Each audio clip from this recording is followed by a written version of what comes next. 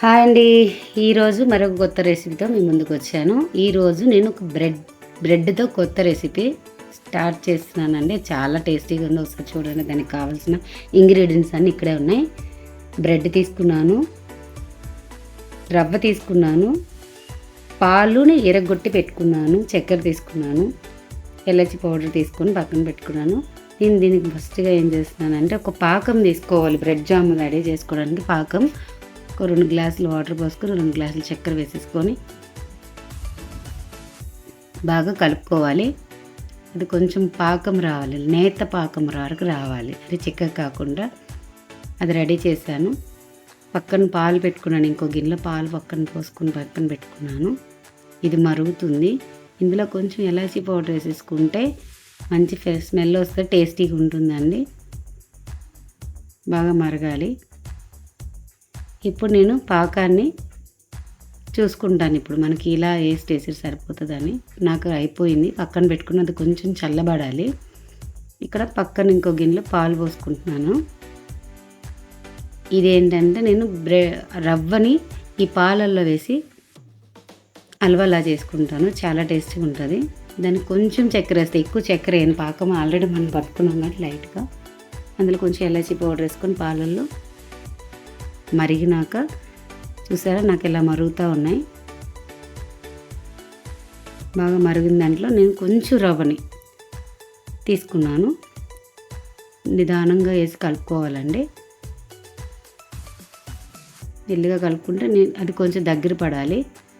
చాలా బాగుంటుంది. ఒట్టి ఆ హల్వా కూడా తినొచ్చు, అంత టేస్టీగా ఉంటుంది. బాగా కలుపుకున్నాను. అందులో నేను 2 స్పూన్ల వరకు నెయ్యి వేసేసుకుంటున్నాను. నెయ్యి వేసుకుంటే ఇంకా బాగా వస్తుందండి. అంటుకోకంట వస్తుంది, టేస్టీగా వస్తుంది. స్మెల్ అయితే మామూలుగా ఉండదు, అంత టేస్టీగా ఉంటుంది. బాగా కలుపుకున్నానండి. మనకి అయిపోయింది రవ్వ. అది ఏంటంటే హల్వా రెడీ అయిపోయింది. ఇది పక్కన పెట్టుకుంటున్నాను. చల్లగా చేసుకోవాలి కొంచెం. నేను తగినంత తీసుకొని చల్లగా తీసుకుంటున్నాను. బ్రెడ్ ఉంది కదా, ఆ బ్రెడ్ని ఏంటంటే ఆ కలర్గా ఉన్నాయి చూసారా, ఆ ఫ్రైడ్ అంతా నేను కట్ చేసేసుకున్నాను సైడ్ పీసెస్ అన్నీ. ఎందుకంటే వైట్గా ఉన్నదే తీసుకోవాలి. అది ఆ టేస్ట్ కొంచెం మారిపోతుంది అని చెప్పి డైరెక్ట్ కూడా చేసుకోవచ్చు, కానీ నేను అది తీసేసి చేస్తున్నాను. అది మనకు వేస్ట్ ఏం కాదు, ఏదైనా చేసుకోవడానికి యూజ్ అవుతుంది. మనం పొడి చేసుకొని ఏదైనా క్రిస్పీగా పిల్లలకి స్నాక్స్లా కూడా చేసి పెట్టవచ్చు. ఫ్రైకి బాగుంటుంది. అది నేను పక్కన పెట్టుకున్నాను. ఇక్కడ వేస్ట్ కాలేదు. నేను తీసుకుని పెద్ద బ్రెడ్ తీసుకున్నాను, అవి కట్ చేసుకొని రెడీగా పెట్టుకుంటున్నాను.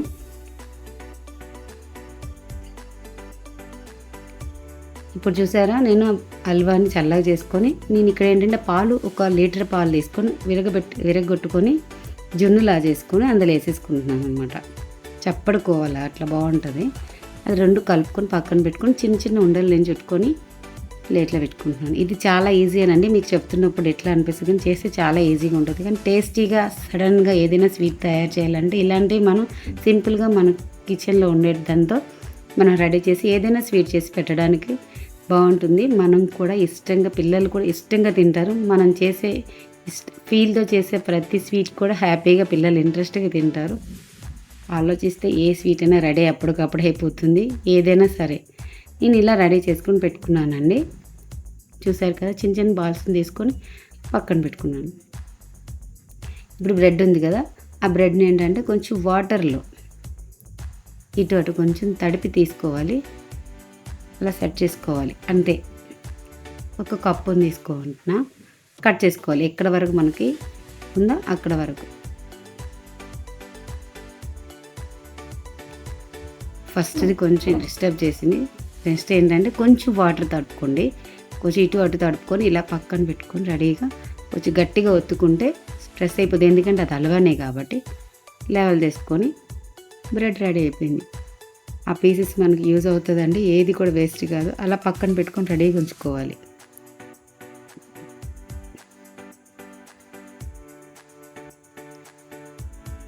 సింపుల్గా టేస్టీగా బ్రెడ్ రెడీ అయిపోయింది. బ్రెడ్ జామ్ రెడీ చేసుకోవచ్చండి.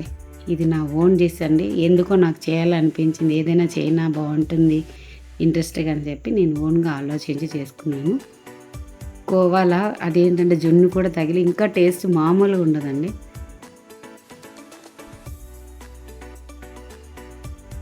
నేను కొన్ని రెడీ చేసుకుని పక్కన పెట్టుకున్నాను.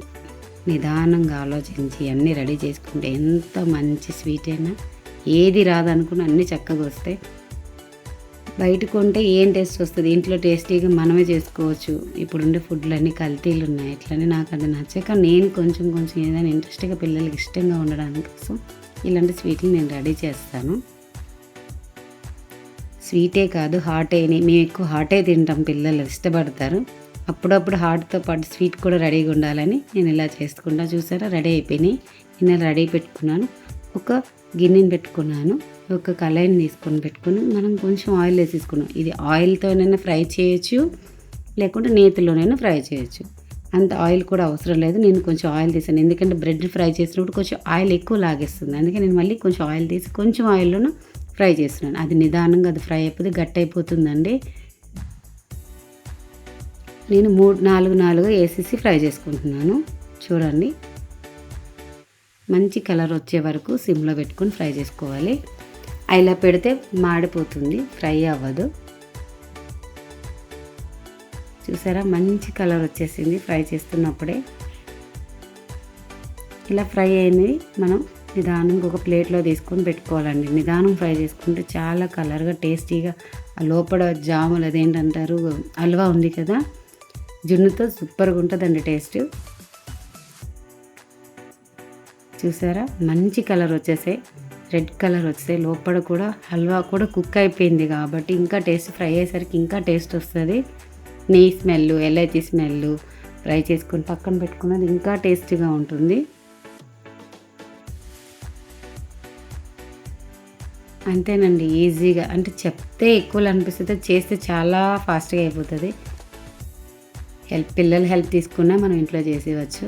వాళ్ళకు కూడా ఇంట్రెస్ట్గా ఉంటుంది, మా మమ్మీ ఏదో చేస్తుంది అని వాళ్ళకి ఆ ఫీలింగ్ నుంచి మనం బయటపడడానికి బాగుంటుంది.